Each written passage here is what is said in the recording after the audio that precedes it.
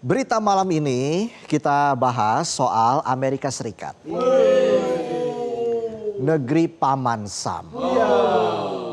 Kalau Paman Usman, awal tok absen. Ya. Nggak paman, nggak keponakan, jarang kelihatan. Amerika Serikat, negara adidaya yang belakangan suka bikin geger. Karena manuvernya ugal-ugalan. Aturan diterabas. Kalau ada yang ngalangin jalan, lindas. Jadi dejavu saya. Dan kali ini dunia dibikin geger sama manuver Amerika Serikat yang menangkap Presiden Venezuela Nicolas Maduro beserta istrinya Cilia Flores. Maduro ditangkap lewat operasi militer kilat yang diluncurkan AS ke Venezuela pada 3 Januari kemarin. Tahun 2026 baru juga 3 hari. Udah ada aja gebrakannya. Resolusi paling diinin apa sih namanya? Ini resolusi tahun baru paling mind blowing. Bayangin ada gitu yang punya resolusi culik presiden negara lain. Mana ada yang kepikiran coba? Paling banter kita resolusinya naik gaji. TV aja resolusinya udah 8K Ultra HD. Penonton resolusinya masih 3GP. Bukan Ultra HD tapi Ultraman. Memang penonton Ultraman semua. Walaupun lampu di dada udah kelap-kelip, tenaga dikuras, tabungan terkuras. Yang penting swatch. Balik lagi, dalam operasi penangkapan itu, militer AS menyerang infrastruktur komunikasi dan kelistrikan di Venezuela sebelum akhirnya membawa Maduro dan istrinya keluar dari Caracas untuk diadili. Keluar dari Caracas. Karena kalau ke Ciracas tinggal naik LRT. Habis itu ke pertigaan Condet. Jadi manusia silver loh. Bayangin demi menyeret satu orang, satu kota jadi gelap gulita. Ini mau nangkep orang apa mau perang? Nyerang infrastruktur segala. Kan kasihan warganya. Lagi nonton Dracin malah buffering. Mana tinggal 2 menit lagi pas CEO-nya ketahuan punya aneh-aneh. Jadi gantung kan? Padahal CEO-nya udah mau dipecat tuh. Nanggung banget. Kocaknya lagi, pasca penangkapan Maduro lewat media sosialnya, Trump langsung mengumumkan keberhasilan operasi tersebut. Trump mengunggah foto Maduro yang sudah dalam kondisi terborgol dan matanya ditutup. Bayangin, presiden negara berdaulat ditangkap sama presiden negara lain. Mana fotonya dipajang di medsos kayak maling jemuran. Itu kalau di sinetron-sinetron, Maduro dalam hati ngomong tuh. Gimana tuh? Di voice over ya kan. Matanya ditutup, tapi matanya tetap di zoom in zoom out biar dramatis. Dalam hati dia ngomong tuh di voice over. Lihat saja nanti pembalasanku. Akan ku kejar kau sampai Antartika. Hei antek-antek asing. Gue kan gak bisa bahasa Spanyol. Gue bahasa Spanyol taunya Hala Madrid doang. Itu juga gue taunya pas perkenalan pemain tuh. Hala Madrid. Bos gue Madridista soalnya. Balik lagi ke pembahasan. Jadi kenapa Maduro ditangkap? Ya udah tahu, saya tanya Donald Trump. Kalau tanya yang lain tuh jawabannya we walk the talk, not only the talk. AS menyebut Maduro ditangkap karena terlibat dalam jaringan narkoba internasional dan dituduh menggunakan perdagangan narkoba sebagai senjata politik. AS mengklaim penangkapan itu memiliki dasar hukum kuat, yaitu dakwaan terhadap Maduro yang dikeluarkan Departemen Kehakiman AS sejak 2020 yang menyebut Maduro memimpin kartel narkoba Los Soles.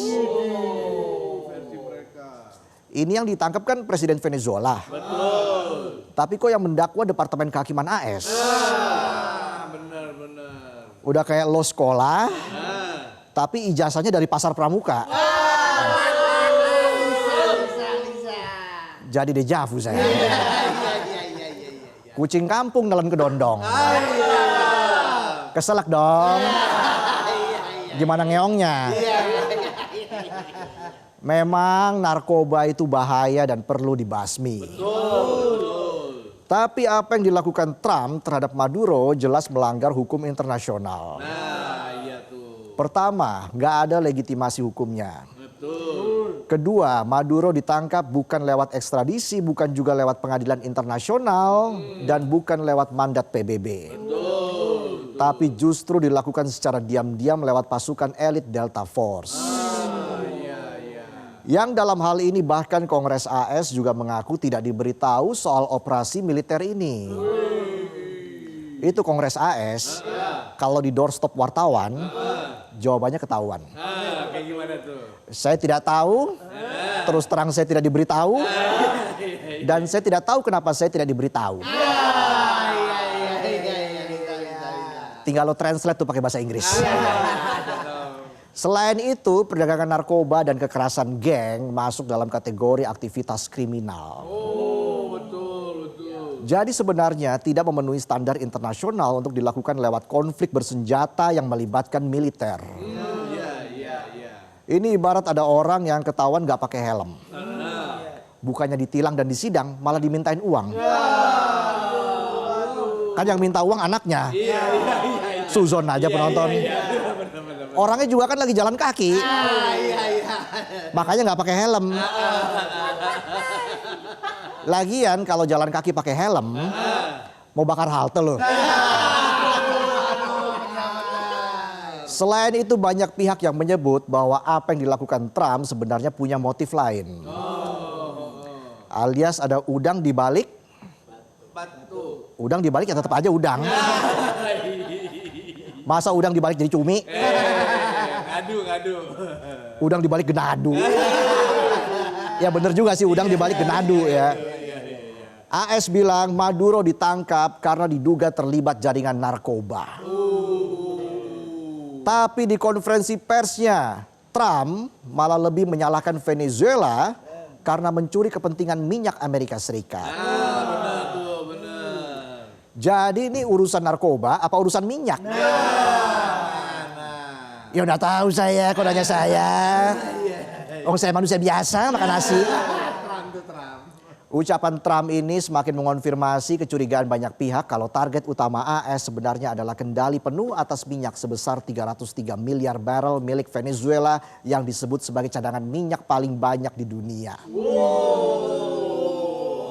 Nah ini ibarat lo mutusin pacar dengan alasan kamu kalau makan suka aneh sambil kayang. Ada aja alasannya. Padahal emang udah punya gebetan baru yang lebih tajir. Bisa aja knalpot brong. Brong. Penangkapan Maduro jelas memicu berbagai kritik tajam. Wakil Presiden Venezuela Delcy Rodriguez mengecam keras tindakan AS dan meminta kejelasan keberadaan presiden mereka.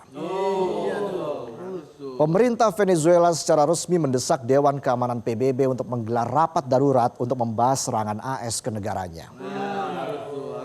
Sementara itu Sekretaris Jenderal PBB Antonio Guterres menyebut tindakan AS sangat berbahaya bagi perdamaian dunia dan bisa meruntuhkan kepercayaan antar negara.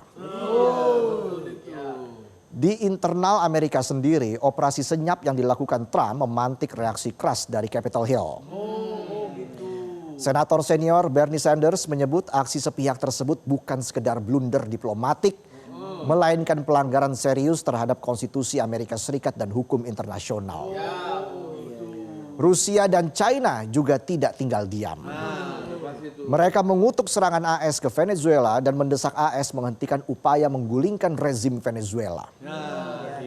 Sementara pemerintah Indonesia melalui Kementerian Luar Negeri secara khusus meminta semua pihak untuk segera menahan diri. dan mengedepankan jalan dialog guna mencari solusi damai tanpa adanya intervensi militer asing yang destruktif. Ibarat ngechat di grup WA, harus di-tag namanya biar dibaca. Kalau dibaca.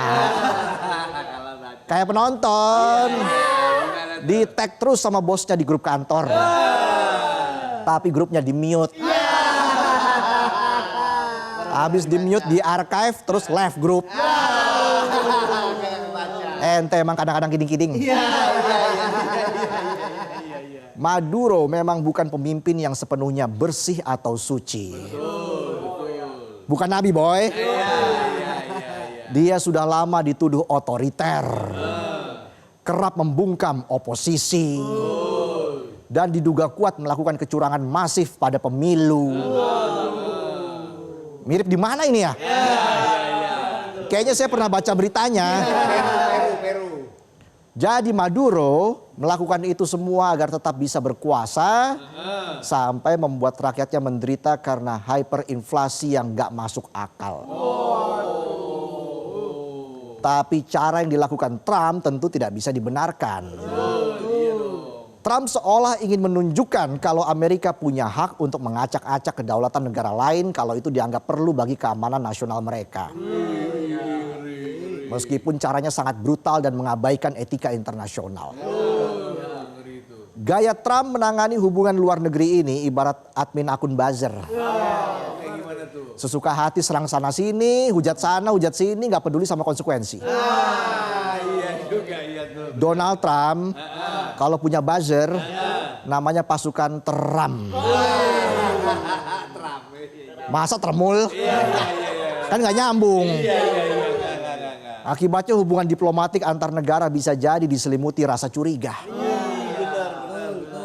Karena kalau diselimuti masalah itu kita. Kalau diselimuti kelapa itu klepon.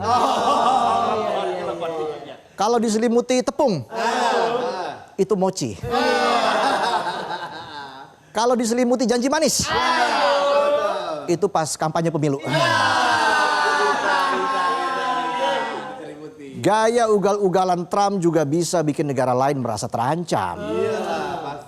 Apalagi Trump menyatakan kemungkinan melakukan hal serupa ke Meksiko dan Kolombia. Yang dinilai gagal memberantas gembong narkoba. Ancaman itu juga ditujukan ke negara Kuba. Yang dinilai sebagai negara gagal dan berada di ambang kejatuhan. Trump pun beralasan ingin membantu orang-orang di Kuba. Donald Trump hobi banget ngurusin orang. Padahal kan belum tentu itu orangnya mau kurus. Gimana kalau orangnya pengen bulky? Kalau pengen bulky makan MBG. MBG kan makanan bulky gue. Kalau nggak ada belatungnya. Meskipun alasan intervensi berbeda-beda, tapi ancaman itu semakin menunjukkan kalau Trump punya ambisi besar untuk menghidupkan kembali doktrin Monroe atau memperluas dominasi Amerika Serikat di wilayah Amerika Latin. Mungkin Trump punya prinsip. Sedikit-sedikit lama-lama jadi hak milik. Awalnya Venezuela, lanjut Kuba. Bisa-bisa negara kita diklaim punya dia. Lama-lama satu antariksa diklaim juga. Kan salah satu janji kampanye dia mau kasih lihat UFO. Bisa kejadian tuh. Alien versus koruptor, predator. Aksi Trump menyerang Venezuela dan menangkap presidennya dinilai bukan sekedar operasi militer. Tapi justru tindakan yang bisa merusak fondasi hukum internasional.